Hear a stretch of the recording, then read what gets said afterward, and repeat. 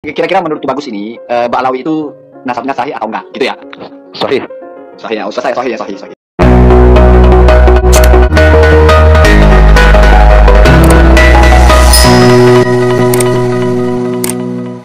Oke, supaya tidak gagal paham, tentunya kita simak sampai dengan selesai. Capcus. Enggak, saya tanya sama Gus, sama tuh Bagus ini ya, terakhir ya, pertanyaan. Kira-kira menurut tuh Bagus ini, Ba'alawi itu nasabnya sahih atau enggak? Gitu ya? Sahih. Sahih ya, oh, selesai ya, sahih ya, sahih, sahih. Enak sekali ya, empuk jawabnya. Langsung ada pertanyaan dijawab dengan secuil kata, selesai sudah. Perlu diingat, Kang Tubagus, kita ini bukan sedang bergurau, bukan sedang bercanda. Yang meneliti hal ini para ilmuwan. Bukan kelas ecek-ecek tentang masalah ini. Mereka betul-betul mengkaji serius metode yang diajukan oleh Kiai Imad itu dengan makalah naskah yang begitu banyak dari latar belakang sehingga kepermasalahan itu bukan sedikit. Terus Anda jawab dengan kata yang seakan-akan merendahkan, menyepelekan. Menurut saya jawaban seperti itu kami tidak membutuhkan, karena statement Anda itu tidak sama sekali ilmiah. Ya, tidak sama sekali ilmiah. Orang tak berpendidikan pun bisa dengan kalimat-kalimat seperti itu. Ini ilmiah.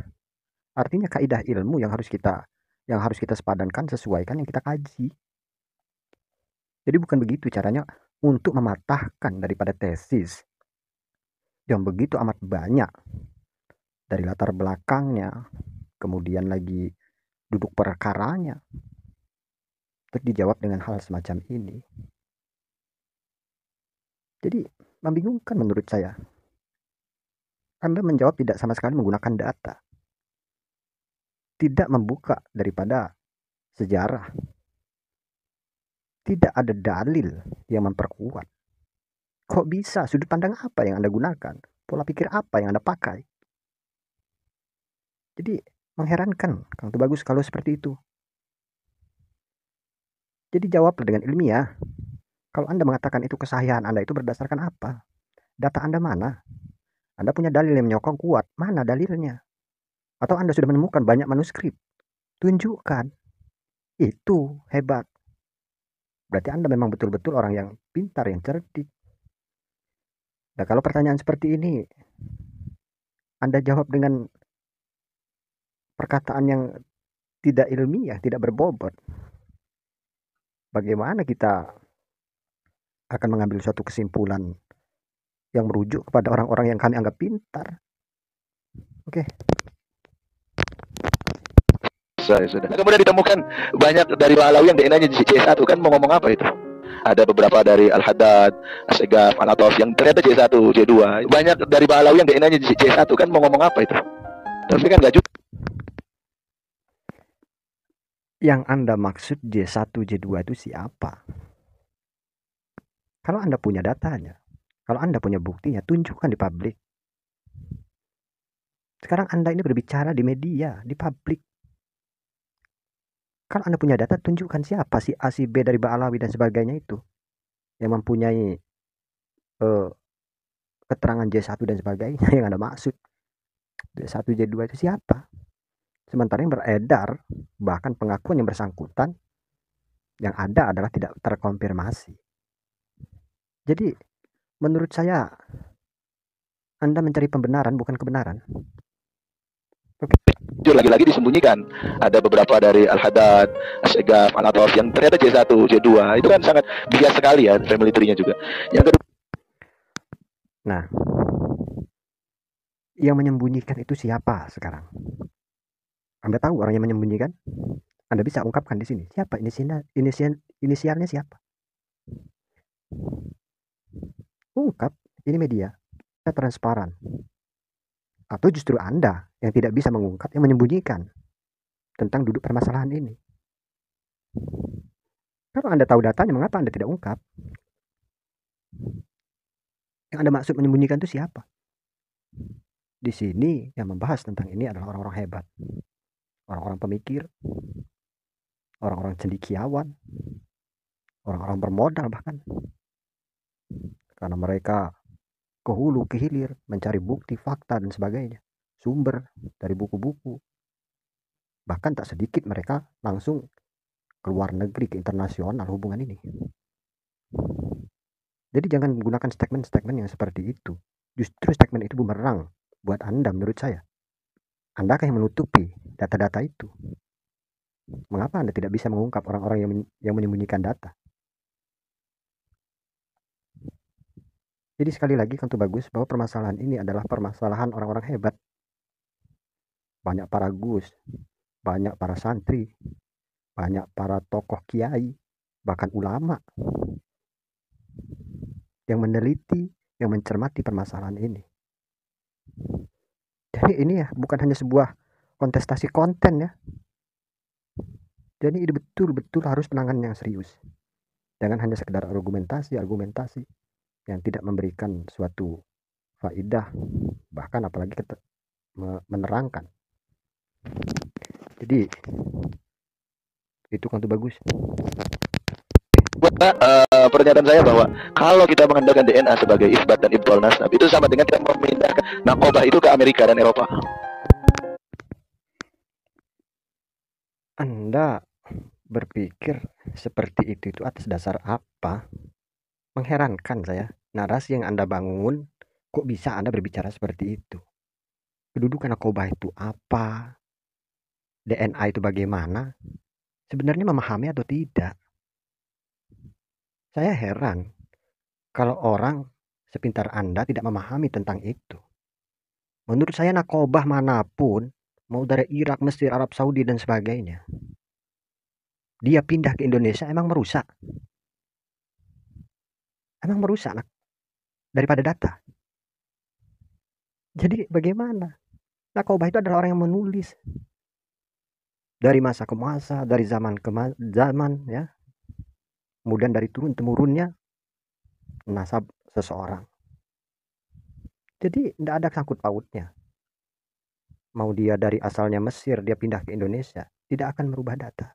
Diakui oleh internasional, apalagi ini adalah suatu hal yang menyangkut pokok permasalahan ini nyambung kepada Rasulullah Shallallahu Alaihi Wasallam. Begitu pula dengan adanya DNA. DNA adalah ilmu yang dimutakhirkan, di mana untuk mengetahui DNA seseorang, genetik seseorang, itu melalui DNA. Atau kita kenal dengan ilmu modern, yang diakui pula oleh dunia internasional. Mau dia dari asalnya Indonesia, pindah ke Amerika pun, itu tidak ada permasalahan. Tidak akan merubah data. Jadi bingung saya dengan pemikiran Anda yang bisa Anda mengucapkan seperti itu. Narasi Anda itu bagaimana gitu? Kok bisa?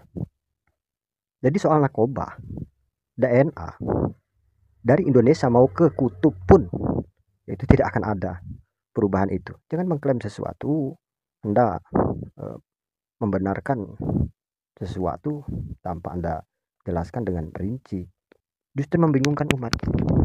Oke, kita lanjut. Mereka ngerti syariat aja, nggak disunat aja, nggak mengurusin nasab asyraf. Mengenai statement Anda yang terakhir, Anda mengatakan bahwasanya mereka tidak mengerti syariat dan sunnah. Lantas siapa yang Anda maksud, Kang Bagus? Apakah Anda maksud itu Kiai Imad? Atau tokoh ulama-ulama lain, kiai-kiai lain, gus-gus lain yang mendukung adanya tesis Kiai Imad? Di mana yang kita ketahui di sana ada Gus Muafik. Banyak para kiai tokoh yang sudah terkemuka. Yang kapasitas kualitas mereka sudah bisa kita lihat. Mereka yang mempunyai pesantren, mereka mempunyai tempat pendidikan agama, dan mereka terbukti sudah banyak menciptakan generasi kader yang tersebar ke seluruh Nusantara, bahkan sampai ke desa-desa. Lantas mereka yang Anda maksud bahwa tidak mengerti syariat dan sunnah? Luar biasa, Kang, itu bagus. Jadi janganlah berstatement seperti itu seakan-akan merendahkan ulama-ulama kita. Seakan-akan ada suatu kata yang tersembunyi, yang hebat adalah saya. Seakan-akan saya yang mengerti syariat dan sunnah. Jadi bahasa sirnya itu seperti itu. Jadi Kang Bagus, sekali lagi dengan hal ini saya berseberangan dengan Anda. Dengan adanya statement-statement Anda yang menurut saya tidak memberikan pencerahan, justru di mana Anda mematahkan kajian ilmiah dengan tidak ilmiah menurut saya.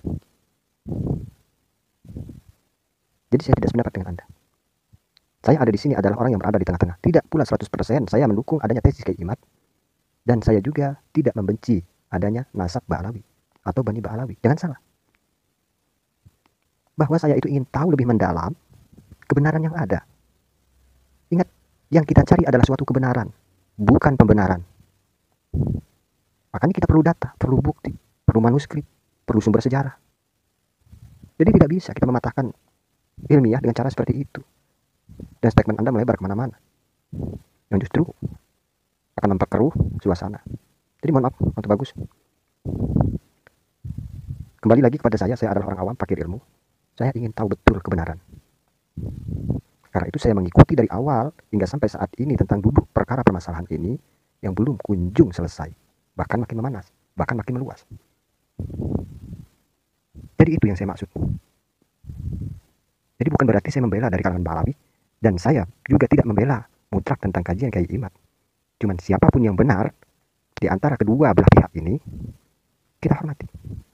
Seandainya memang ada suatu kesalahan, ya kita sikapi dengan bijak. Itu saja. Jadi jangan kita menturutkan egoisme kita. Seakan-akan kita rendah diri ketika kalah, bangga ketika kita menang. Tidak demikian. Jadi kembali lagi, saya adalah awam fakir ilmu dan saya ingin mencari sebuah kebenaran. Dan ini masalah akidah, di mana ini menyangkut baginda Rasulullah SAW. Jadi harus kita buka ungkap dengan tuntas. Kita teliti dengan benar, dengan matang, dan menyimpulkannya dengan bijak, lugas, dan terang. Demikian tentunya buat kawan-kawan yang menyimak tentang halnya opini ini, ayo sama-sama kita giring untuk mencari sebuah kebenaran. Silahkan bagi kalian berkomentar di kolom komentar. Saya ingin masukan, saya ingin pendapat dari kalian.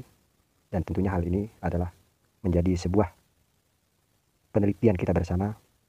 Karena yang memiliki baginda Rasulullah SAW itu adalah kita bersama. Maka layak kita membersihkan dari sesuatu yang mengisbat beliau dengan keraguan. Jadi perkara ini, kalaupun bisa mengungkap, kita itu mensucikan, membersihkan. Kita tidak ingin baginda Rasulullah SAW itu tidak terjaga. Kita tidak ingin. Baik kaidahnya, sejarahnya, maupun ahlul baitnya. Oleh karena itu, ayo kita sama-sama tentunya mengungkap ini semua kepada segala pihak, kalangan santriwan, santriwati, para gus, para ulama, para kiai. Tinggalkan dulu perkara tentang duniawi. Ini adalah masalah akidah. Ayo kita bangkit sama-sama, kita buka dengan terang benderang, benarkah kesahihan daripada kalangan Bani Alawi? Atau salahkah tesis yang diajukan oleh Kiai Imaduddin?